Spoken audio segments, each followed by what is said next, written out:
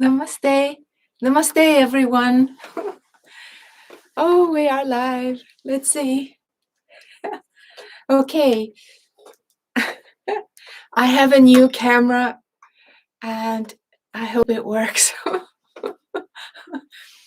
So happy to see so many of you. I see on the chat you are tuning in from all over the world. Super happy to see you and to read your comments and namastes and all these heartfelt greetings from England and Austria and Norway and Russia, US, Sweden, many places across the world. So very, very happy to be sharing this satsang. Just let me, I don't know. I think it's okay. All right, so I'm just testing this camera and the microphone because we've had some issues with that on the Tuesday evenings. For those of you that are new to the channel, wait, you have to bear with me. I think it's okay. All right. I'm a one-man show, but I do have someone on the phone if something goes wrong. So satsang is a Sanskrit word that means to share one's truth. And I've been sharing these satsangs since 2003. I started traveling the world, and it wasn't on my account. It was people asking me to share my experiences. And I find that it is interesting to hear someone's experience when they have experienced something. It's like a sharing. Something happens in like a transmission. At least that's what I discovered. So I have these satsangs with different topics. And since now we're mostly online, it's appropriate to have satsangs online as well. So if you're new to the channel, I work with holistic health, and that is something I've been doing for the past 20 years as a therapist and specializing in craniosacral treatments. What is that? That is specializing in the nervous system and the skeleton, especially the skull, the bones of the skull. So I found this so interesting to help another with this nervous system and the wholeness of who we are. So I wanted to bring that up as a topic on this satsang. When you work with the nervous system, most of us have stress in our lives, especially the way the world looks right now. When we learn how the nervous system works and how the flow of the spinal fluid is affecting our health and our well-beingness, it's very interesting how we can affect that system with a craniosacral treatment. So I see it as like the foundation of who we are, because before even the heart was made inside our mother's uterus, the system was made. So the parasympathetic and the sympathetic nervous system, that means an on and off switch of the nervous system. That was in the foundation of who we are. So when we go into that system in our body, we affect every other part of our body. So I found it so intriguing that I left all other kinds of treatments I used to do in the early year as a kinesiologist, and I only focus on this. And I also saw the benefit of how you eat, what food you eat are affecting your consciousness and your mind, seeing the wholeness. So again, I will bring up these topics that can help to start somewhere where we can influence our health, as many people are interested in our immune system now, isn't it? So I'll definitely talking about that. But also, we are like a system with both body, mind, and consciousness. So if you affect one of these three, the other two are automatically affected. We can see ourselves like a triangle: body, mind, and consciousness. So let's look at the body, the physical body. The biological body has certain needs and has its own system, and it's a closed circuit. Have you ever thought of that? How miraculous a body is. It is a closed circuit because the skin, and it stops here, right? It doesn't go out there. It's just, all right. So we each have a closed circuit where we can affect what we give as a nourishment to our body, our biological body. It has some essential needs. Essential meaning it's needed for life, right? So as we're learning about getting information, what is it we need? We can start choosing what we want to put into our body. That will be personal for each one. So I will not go into what you should eat and what you should not eat, but there are certain things that is good to be aware of when it comes to the wholeness of who we are, the communication between the trillions of cells in the body. There are many different systems that are working in the body. It's so interesting. In the Eastern medicine, they see us more as a whole like that. You can't affect the heart without affecting the lungs and the small intestines and large intestine. Everything works together. So we'll just go in somewhere. Somewhere we'll just start, right? So to give the body the essential needs it has to be working, and it works automatically. We don't even have to think about how the mystery of how it works. If you really look at it, it's a mystery beyond science. To see the extraordinary human body, biological body that we have, and what is possible as our highest potential as a human being. And we'll come into that later. I just want to touch upon that, how extraordinary this body is.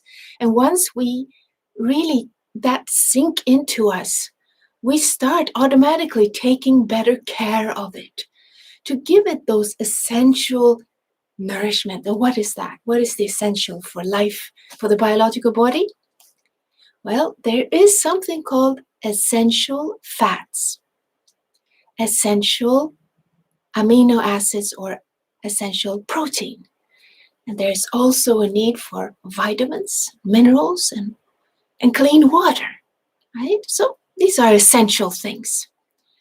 So essential fats are the kind of fats that helps lubricate and make everything go smooth in the communication system. And it's actually a great source of energy.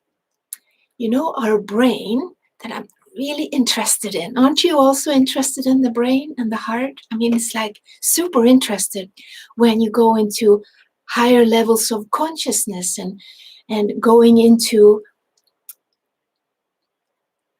an altered state of consciousness.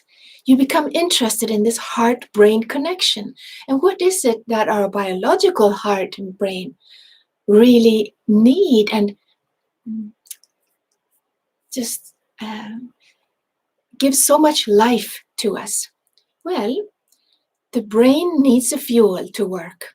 Our brain is connected also to the thoughts and the intellect. So as we come into that a little later, you'll see the valuableness of picking the right fuel for the brain.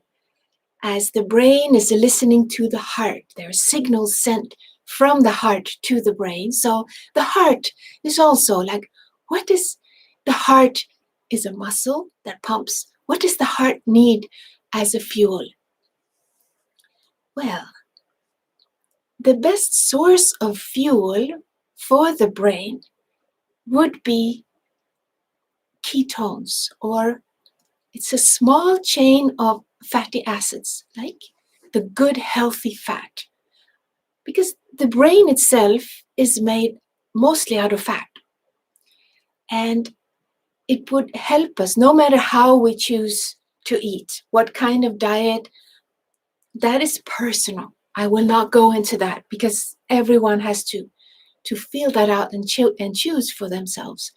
But if we, no matter, take the essential fats, make sure that we will get the essential fat, the omega-3s, that we can get from coconuts, from olives, olive oil, from, if you eat fish, then the fish liver oil is really nice for the liver. If you have problem with your intestines and liver, it's very nice to give it the right types of fat so that it can get rid of all the extra debris.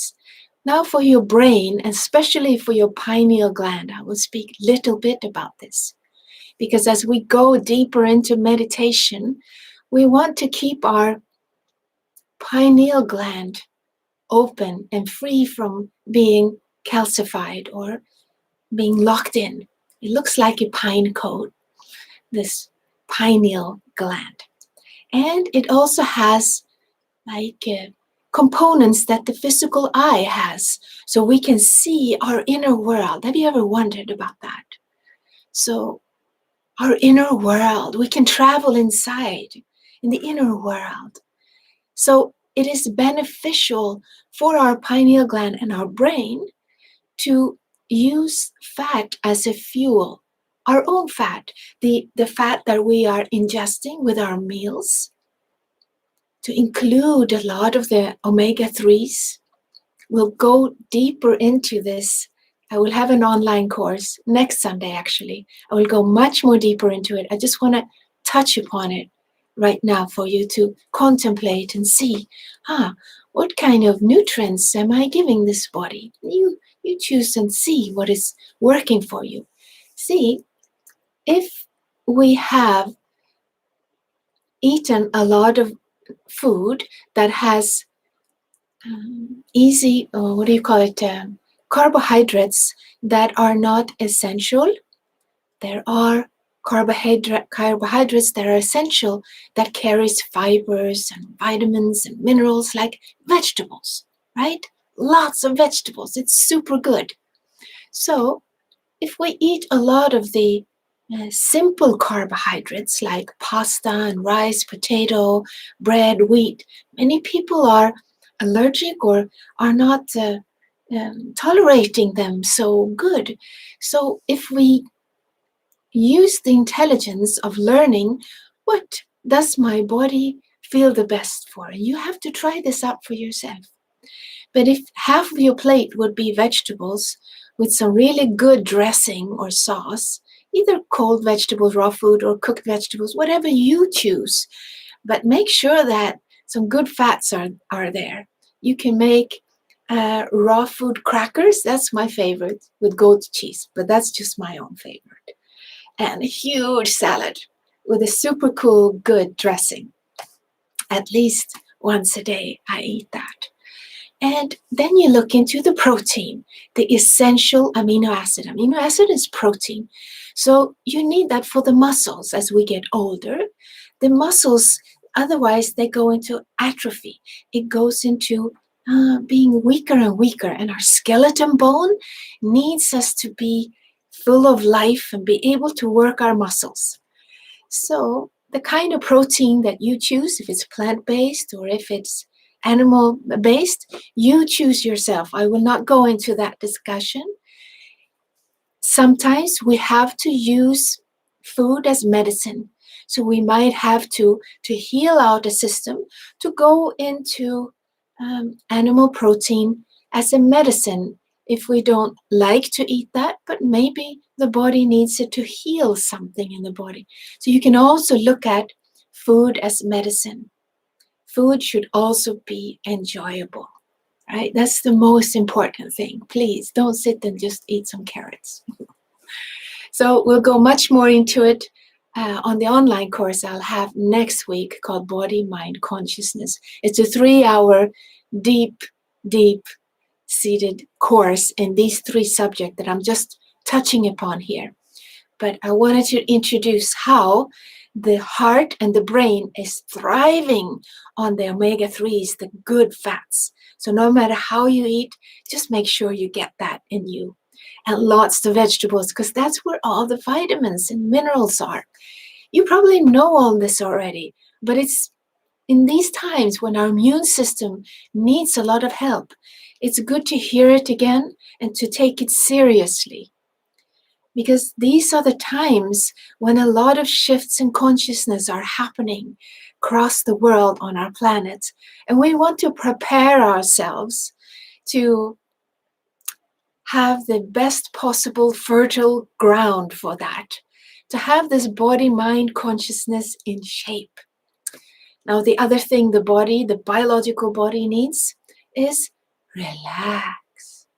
It needs to relax. That's why I love the cranial session, because it helps a person, especially in the neck and the back here. We have the reptilian brain, the old brain that's been with us for so long.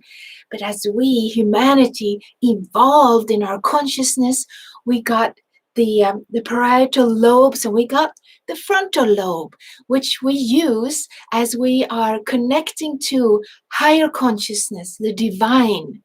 So what is different from human beings from the animals is we have the frontal lobe where we are accessing the pineal gland, right? The third eye. It's brilliant. And it's so nice to take care of our brain and our frontal lobe to give this back of our heads. If you ever go to a cranial session, so nice to release the pressure of the reptilian brain, because the seat is fear. And we need to have that, because sometimes we need to be running away from a lion chasing us in the old days. So fear has its place for biological reasons to help us so we don't get in trouble somehow. But psychological fears are not necessary anymore. And this is what is called the awakening process or the enlightenment process. So wouldn't it be nice to just have the back of your head, the reptilian brain, to just relax about it, the whole thing? Isn't that nice? So if you affect one of these 3 parts of us, the physical body, the mind, or the consciousness, the other 2 are automatically affected. So you can go and just treat yourself to releasing the pressure in your brain or your neck, and you will feel how the mind and the thoughts and your consciousness is experiencing it differently. Now, so the relaxing, you could also do a deep breathing relaxation every day. And I'll soon be guiding you into a meditation where it's so simple to do what is called a Vipassana. I have on my website, anettecarlstrom.com, a free download of a Vipassana. It's 21 minutes. You can just listen to it, or you can do it yourself. I usually guide every Tuesday evening on this channel the Golden Age Consciousness Meditation and guiding a Vipassana, so you get the hang of it. Please do it every day. It's so nice. It's wonderful. After coming back from India the first time, 2003, I discovered Vipassana. It was by accident. I just couldn't help myself to just be completely still, experiencing reality as it is. This was a newfound discovery for me that you could actually experience anything that is happening. And the world, our life keeps changing all the time. So there's constantly new things that we are experiencing. It's never boring. The boredom of life, it disappeared from that day on. It was August 2003.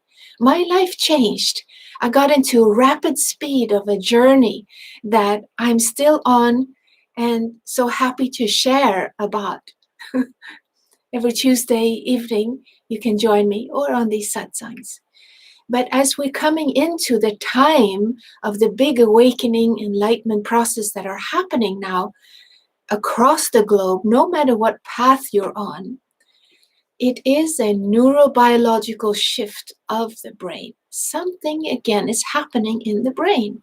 So isn't it nice to just prepare yourself at least once a week or twice or 3 times or whenever you want to? Just let go of those carbs that are not essential for your body and just give yourself lots of vegetables and protein and fat that is good for you. Now, I can give you a last tip before we leave that whole part, and that is intermittent fasting. There was a scientist from Japan that received the Nobel Prize 2016 for his discovery in autophagy. Autophagy is something that happens in the brain. It's so super interesting because the same phenomenon goes with also the body, mind, and consciousness. You'll see soon. I'll move into that direction. See, autophagy is when the body is left alone. Like if we don't snack all the time, constantly giving the body snacks, that means that the body has to stop everything it's doing because it's priority to take care of the food. The digestive system is the number one priority to take care of. So if we are eating, then the body will have to deal with that. And if we eat again after an hour and after an hour and after, your body will never catch up. So if you were to fast and at night you sleep 8 hours, right? And what if you don't eat at night? Like say you have dinner at 6 or 7 and then you don't eat anything. You don't eat because you're probably not hungry. It's just habit that you eat at night. So after your last meal, if you eat a lot of good protein and fat and vegetables, you will not be hungry. You will be satiated. And then you stretch your breakfast. Maybe you're not that hungry when you wake up. So you can actually go 16 to 18 hours without eating, allowing the body to go into autophagy. You can do it like once a week or a few times a week, or some people do it all the time. It's such a benefit because it gives you energy. So you eat like 2 or 3 meals a day, no snacking, right? And you try to make those 2-3 meals like in a short window like this. There are many different YouTube channels and doctors that speak of this intermittent fasting or autophagy. I go deeper into it also in my health courses. But I wanted to bring it to your attention if you forgot about it. And if you want to have a lot of energy, try this. Try the intermittent fasting. Then once you do it, you choose what you want to eat. That's your business. But this works for everyone. Just giving your body a rest. And you know what science has discovered? That the sickness that we have in our body, it's called misfolded proteins. The body, because when you think of it, who is eating? We can say, well, I'm eating. No, it's not true. That is an illusion. It's actually the cells in our body is eating. The cells, our trillions of cells are constantly eating, wanting food. And it's stored in the body, stored as either sugar or as fat. So the sugar stored is very little, but it's good enough if we need to run away from a tiger. But we have more stored fat, and we have different types of fat that it can use, that the cells in the body say, oh, great, I have some nourishment here. I can eat that. And what this scientist discovered, if there are sicknesses like tumors and all these different problems in our immune system, then the body is given the energy to eat those misfolded proteins as food. It eats it up. That is enough interesting to give it a try. Wouldn't you say? At least once a week. Allow your body to find the intelligence of the holistic consciousness, seeing itself, see the body, whether we know about it or not, it works automatically on its own. It takes care of things. If we only learn what it needs to sustain health, to give our body health, and what happens? So intermittent fasting and giving it the right nourishment will be crucial for the times to come, because we're interested in that neurobiological shift of the brain, right? So the mind, let's talk about that, because as we affect the physical body and our health and the food we eat, you will see that the kind of thoughts that is flowing through your consciousness will be different. So that is one way to affect the mind and your consciousness. But let's look at the mind real quick. What can we do to affect the mind, the thoughts? What can we do to become fertile ground for a neurobiological shift? Well, it is seen that the breath, our breathing, the mind, the thoughts, and our Kundalini are also in these three legs of the triangle. That if you affect one of them, you will automatically affect the other two. So, the breathing, as we slow down the breathing, we automatically slow down the way we can experience the mind. And it also gives rise to the Kundalini. Kundalini is a prana that works through our different chakras. And we're going to do a special online course about that. It's super interesting how to balance that chakra, those chakras. But what you can look into as you do your Vipassana, hope you do that now every day, is by slowing down your breathing. And it's so easy. If you can just remember to, as you breathe in, slow down the way you breathe out. So you breathe out double the speed as you breathe in. If you can only do that, you will benefit so greatly in this triangle, how the mind works. And how else can we affect the mind?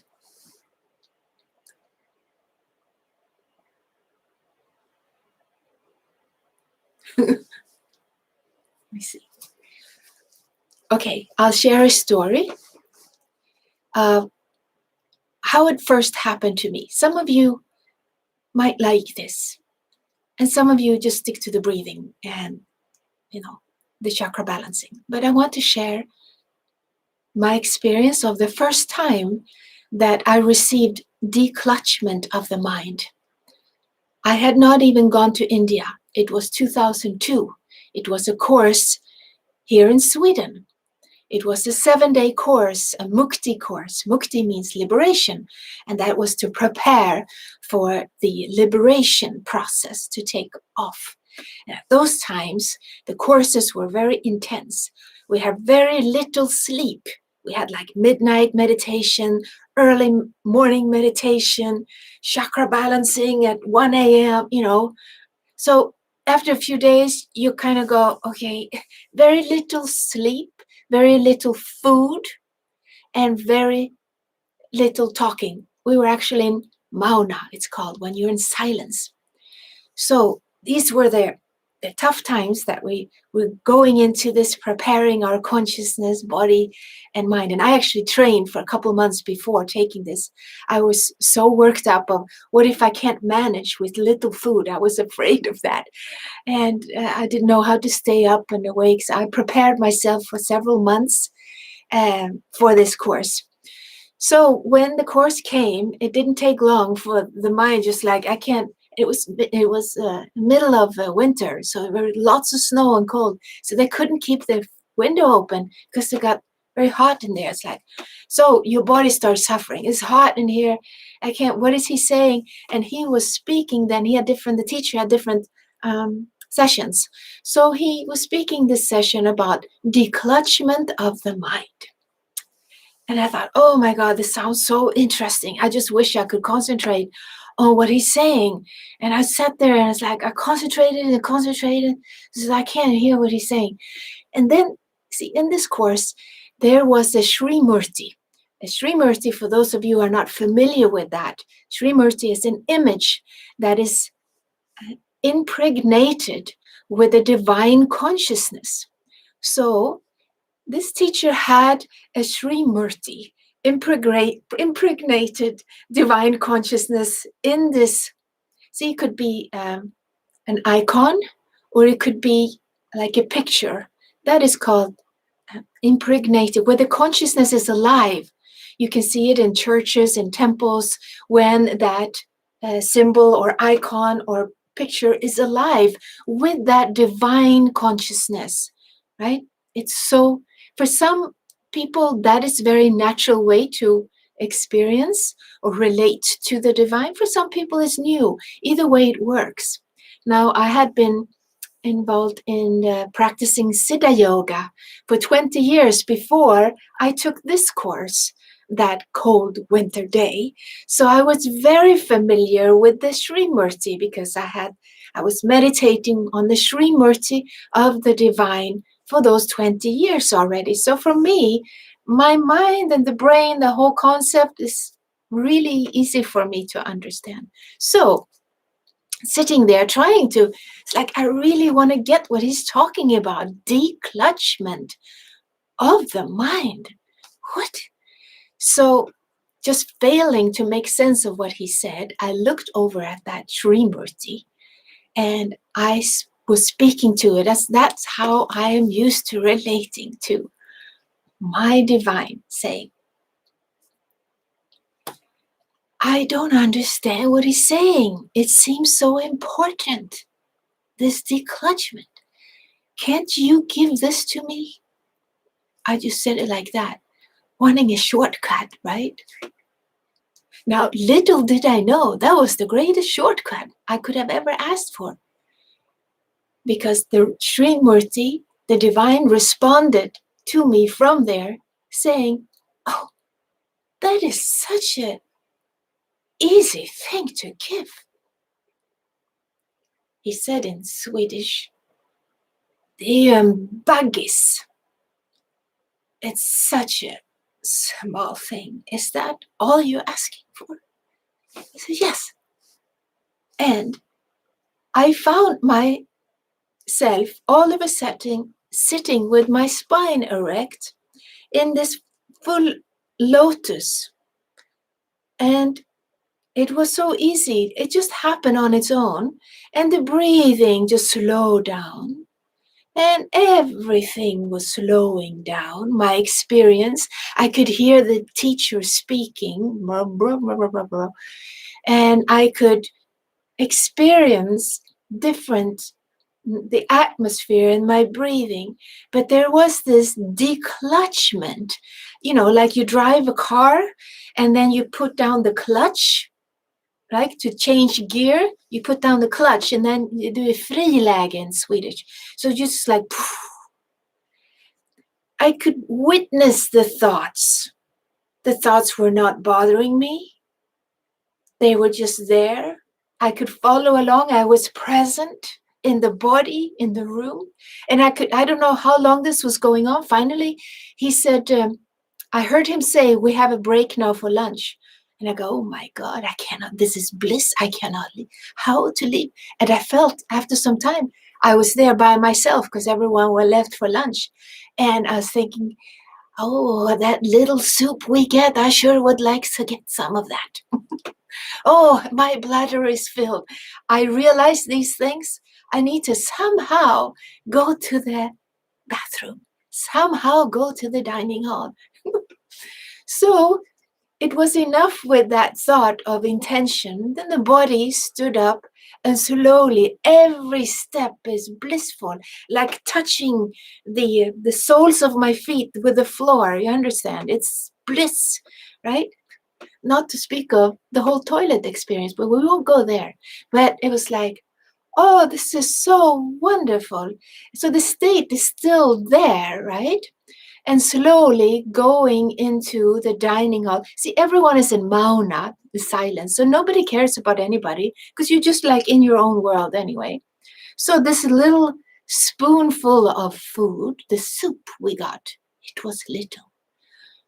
I remember, I'll never forget the experience that gave of seeing, first of all, the spoon, right, being lifted from this huge, like, pool of soup coming up on the spoon like this. And I feel like this is some kind of unreal experience because the body's just doing this on its own, right? So I see the spoon coming closer and closer into my mouth, and I find myself open the mouth, and this gush of explosion of flavor taste is just exploding inside my mouth. And I'm like, oh my God. And swallowing it, feeling it going down my stomach. My friends, it is totally possible to have such experiences. It lasted, it would not go away. Finally, my dear friend, who was a teacher assistant at that time, she said, we got to get her out of this state. NEG was helping, and she knew of a mantra that took down the Kundalini, because my Kundalini was so high. Because she said this, because we can't just leave her here. She got to attend the class. So she said this mantra and did something with the spine, and the state just went from that blissful state of being declutched from the mind, the senses, everything, into coming into the body again with this personality. And I remember feeling like, no, why you do that for? But I understood that, later understood, that was enlightenment experience. Once you've had an enlightenment experience, you will go into a permanent enlightenment. That permanent enlightenment is something that is given by our inner divine sacred self. So it is of great value to connect into that sacred higher self. At least this is the only way I know of. Maybe there are other ways. I'm just speaking from my own experience, that how things are happening in my life, it is through connection to my personal divine. And it could be through, here in my studio, I have 3 big pictures of the great compassionate light. That is in the form of my personal divine. So I speak to my personal divine every day. I relate to it that way because I want to be functional in the world. I want to live this life to its fully. So then we need to be practical. So I always come in here first and have my meeting in the morning saying, this is what we're going to do today. This is my plan today. Please bless everyone I meet and make this smooth and easy, whatever it is I have to do, because we have to be functional. See, we can't always be in this enlightened states where we go into this blissful experience of life. We also need to be functional. So I have found that relating to our higher consciousness inside, we can call it our higher sacred self, our personal divine, universal consciousness, I don't know, whatever we want to call it. The great compassionate light, such a nice word for it, because it holds and it shares the word compassion, because that's ultimately what you will discover in your life. Such compassion for yourself and for this world. And as we learn, how do we learn the most? How do we learn the best? I only know of this way, and that is to connect to my divine, saying, I want to learn about this. I'm really not good with like bookkeeping and keeping numbers, and not so good with these calendar things, or how to create this social media platform that I can't figure out how to do it. Can you help me, please? Then I get grace, right? So there is this sacred formula. Intent is you need to be clear. What is it you want? Right? We'll go more into it in the online course next Sunday. I just wanted to touch upon it. Have a clarity of intention, and then you act upon it. Like you do what you can. In my case, well, it's limited when it comes to certain things. Like I'm just not good at math, So then I go to the third aspect, which is grace.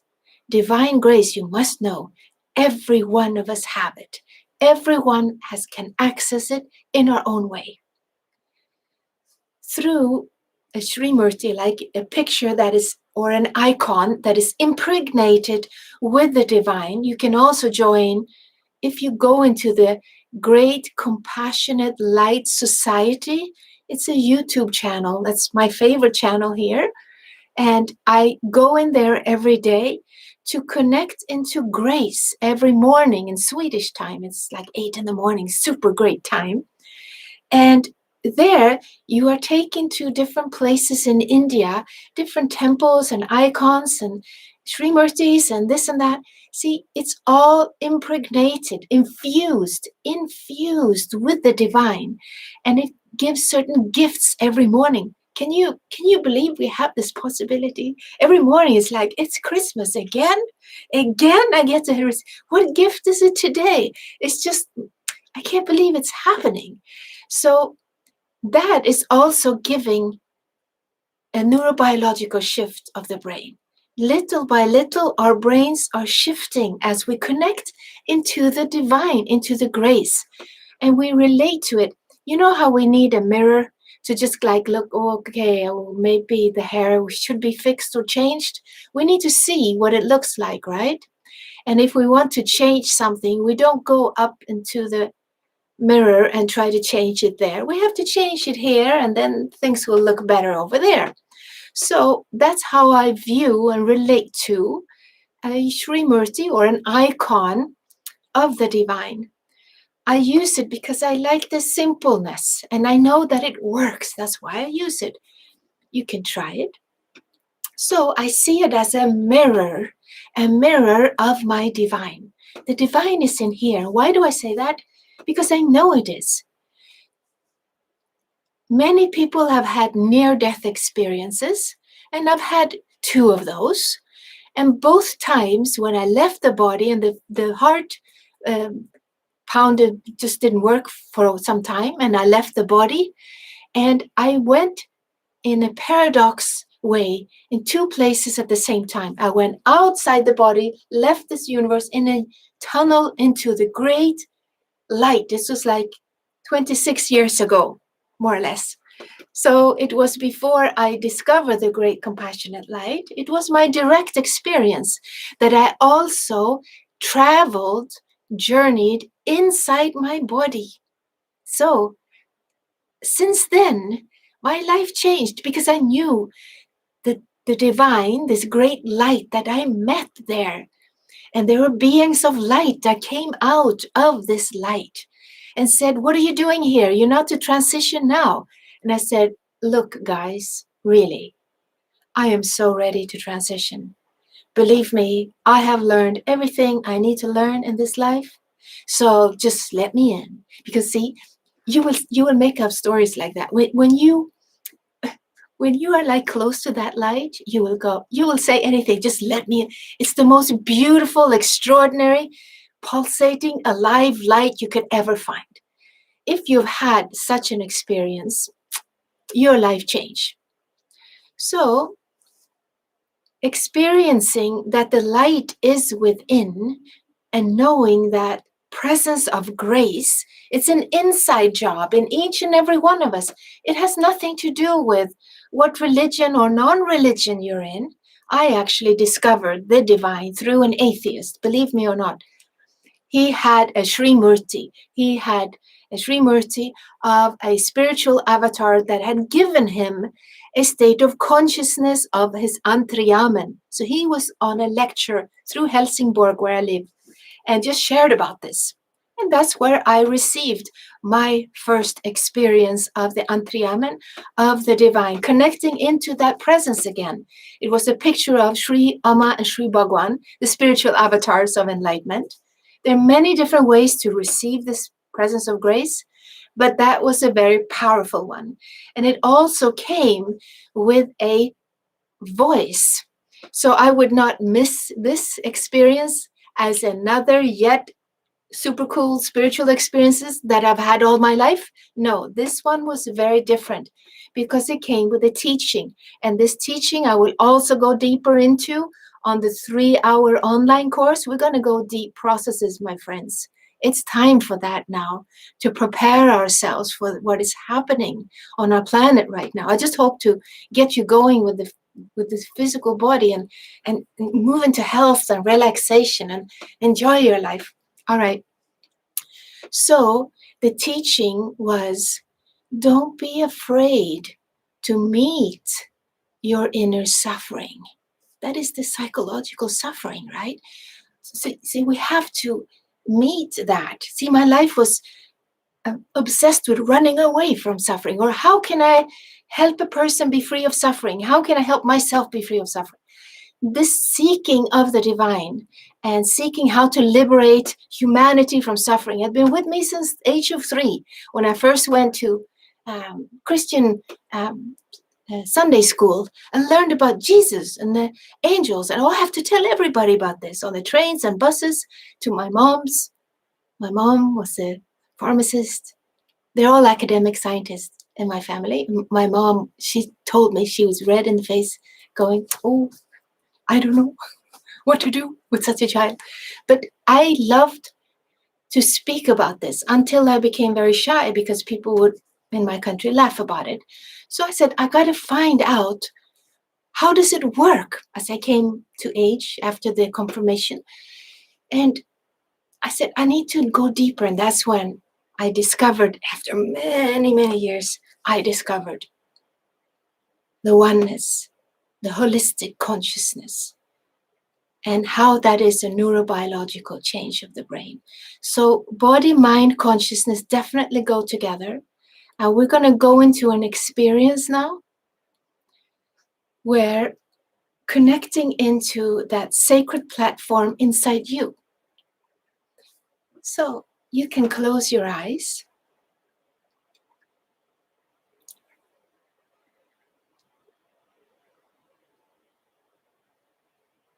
And relax the body. Put your feet on the floor. Relax your feet. Allow your feet to be relaxed. Your legs, relax. Your hips, your pelvic region, relax.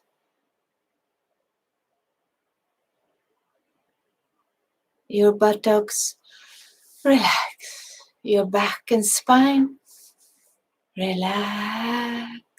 Your stomach, your whole belly, relax. Your chest, your shoulders, relax. Your arms and hands and fingers, relax.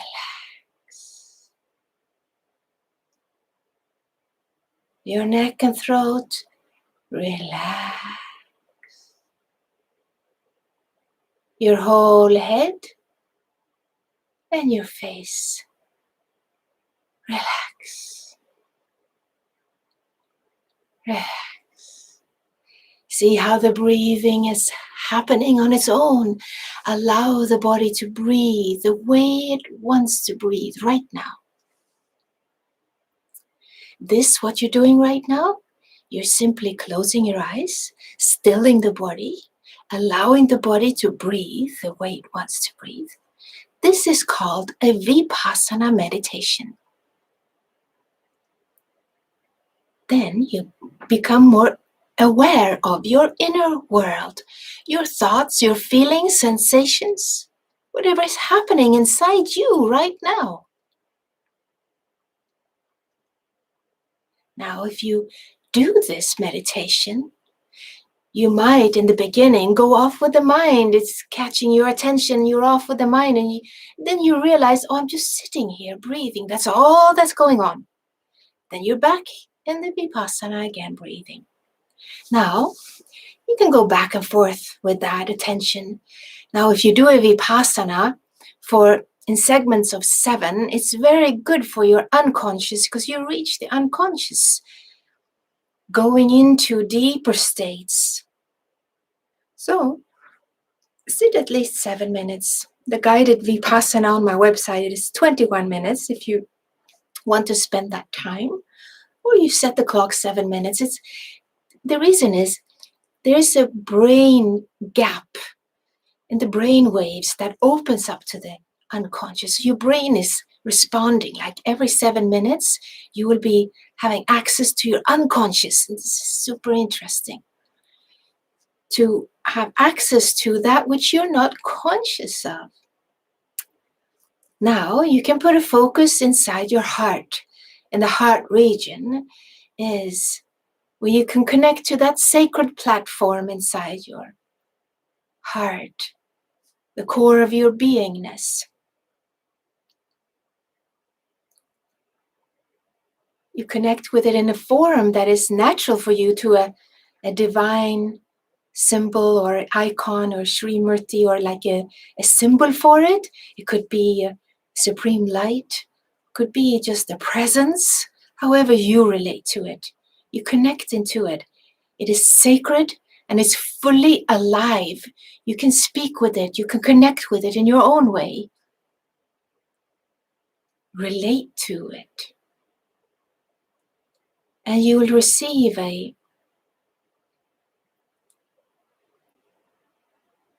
blessing through a sacred chant, a sacred mantra that helps you connect into that.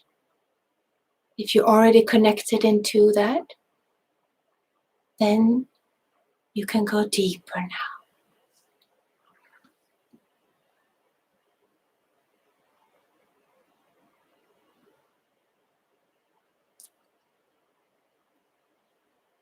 Om Sachitananda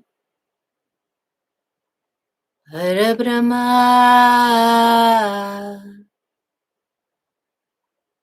Purushottama Paramatma Shri Bhagavati Samhita Shri Bhagavate Namaha. Om Sachitananda Parabrahma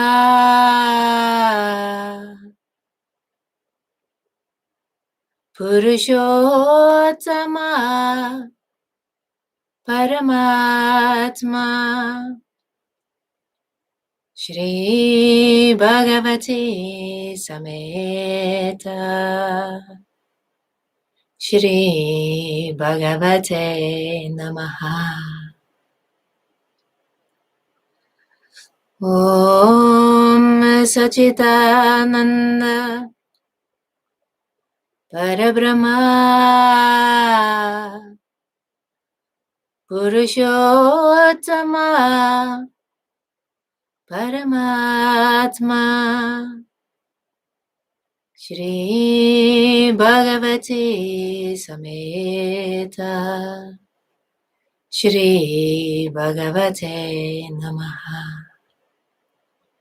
Shri Bhagavati Sameta Shri Bhagavate Namaha. Shri Bhagavati Sameta Shri Bhagavate Namaha. Shri Bhagavate Namaha. Om.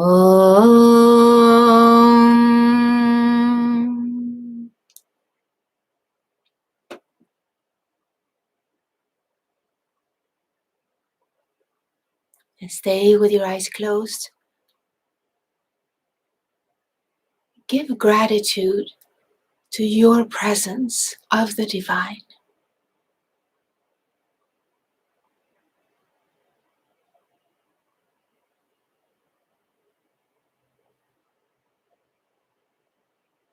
And is there something you want to ask of your divine? A gift? The highest gift of grace we can ask for. It's inside. You can hold your hands over your heart if you like. Just have your focus there and you can ask anything. And when you ask, we can call it prayer. But this is a prayer where your divine is listening. So the way to pray is when you ask for something, is you ask and then you see it as if it's already happening now.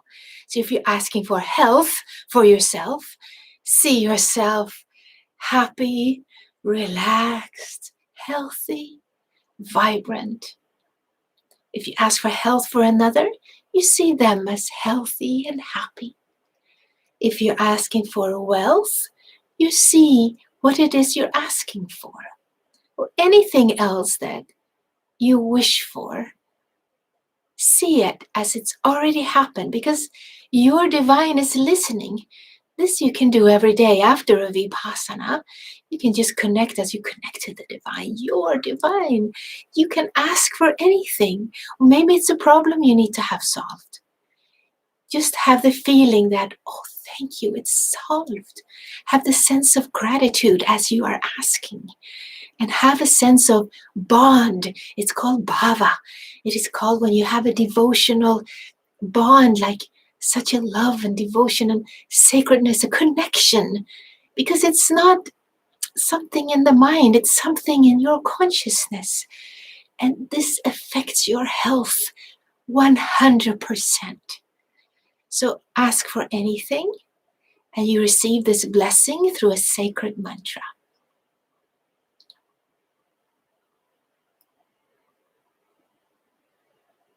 Om Purnamada Purnamidam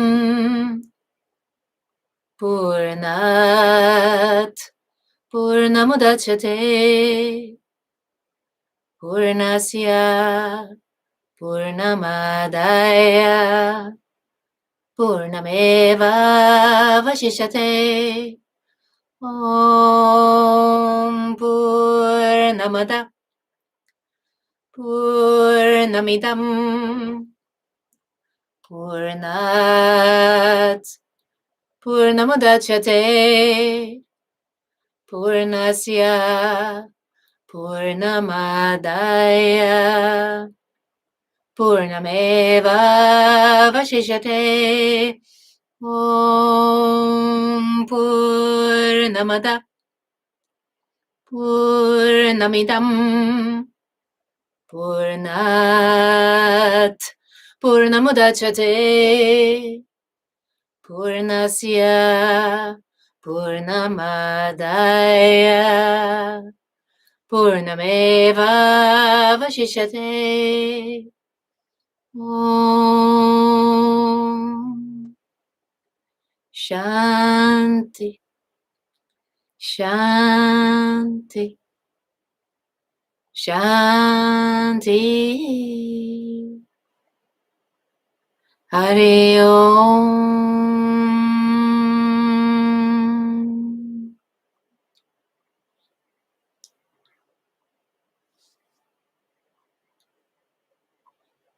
Keep your eyes closed and in your own way give gratitude for the gift of grace you have received from your personal divine inside you.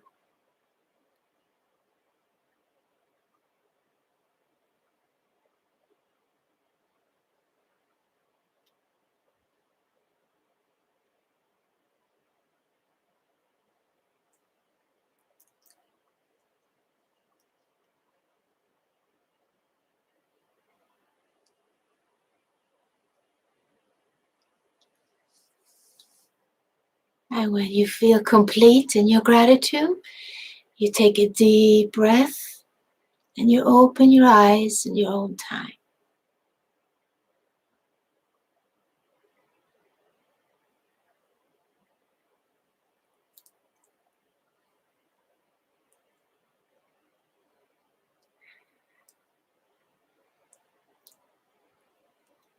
We have some wonderful times ahead of us.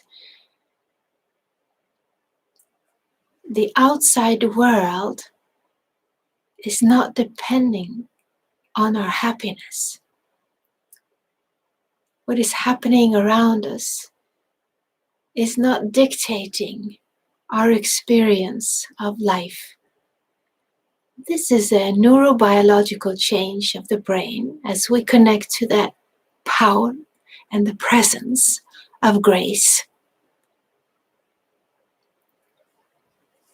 As we move into the intelligence of the information that we are a holistic being,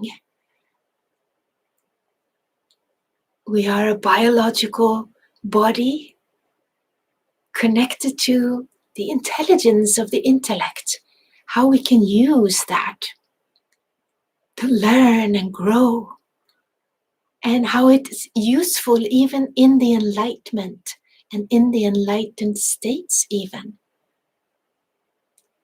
It will not affect our consciousness. That is the kind of experience that we have ahead. Isn't that fantastic? As many people shift into a holistic consciousness, a oneness consciousness, moving into that law of one, we are affecting our environment. We are affecting the people in the city we live, in the country we live. See, a happy person is not a problem to anyone else.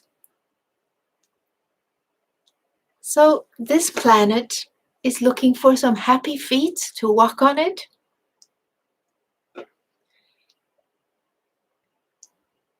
To enjoy our lives, not dependent on what is happening, to experience each other, to experience this world from a new perception, from our highest potential as a human being. Join me on this journey. Don't miss this. This is extraordinary times we live in now. Take care of your immune system. Learn to relax. Slow down your breathing out. You will see how it benefits you. And use the mind to learn. Educate yourself about what does my body need. There's so many wonderful things to learn as you go along this journey into enlightenment and beyond, being filled with the divine consciousness as we, as human beings, are destined for. This whole world is transitioning now. It has to do with the different programs that we are connected into, the 10 programs. And as I spoke to you earlier about this opportunity to join the Alaya Darshan, every morning or whatever time that is where you're at. It is different releasing of those 10 programs that are connecting us into the false identification that we are separate from each other. I am another you, as the Mayans said when they greeted each other in Lakesh. Or Hamsa, so hum. I am you, you are me. Right? Ancient technology of consciousness has known about this. An ancient civilization that lived long ago, that human beings are some kind of experiment where we have this frontal lobe of our brain, we have the parietal lobe, and as the parietal lobes are shutting down, that's when we experience declutchment of the mind. Our senses are heightened, they are declutched. It is like seeing a film of a movie. If you were to look at the film, if you were a filmmaker, you'll see there's just a bunch of photographs next to each other that when you play them fast, it looks like a movie. So it is a similar thing. Our brain is, it looks like we are here as a person. But in actuality, it's not like that. The sensors are separate experience. In a small baby, you can see this. They are seeing and they're fully immersed into that seeing or tasting. There's nothing else, right? Our senses are here to be liberated. So our brains are capable of having that enlightenment experience, leading us into enlightenment, where the mind is shut. The mind only comes when needed. This is the time it's coming now, because these 10 programs that have been dictating us, they are affected now because of how the different, some of the solar programs, galaxy programs, universal programs is beneficial. The mantra that you heard singing earlier, the Mula Mantra, the Mula is actually like the center of our galaxy. As we connect into that mantra, we are connecting into a higher consciousness of the divine. The Mulam is a star, or we can say it's a black hole. We'll go into that another time. Just to let you know that this is the season of enlightenment. It's starting to happen to people across the world. So join me in this journey. I want to welcome you also to a 3-day course. Here in Europe, it's in May 7 to 9. There's a 3-day course where people are receiving this enlightenment experience through many different processes and neurobiological changes that are happening as you connect into that power of grace. Super powerful 3-day course. So I want to invite you to that. I'll leave a link maybe under here.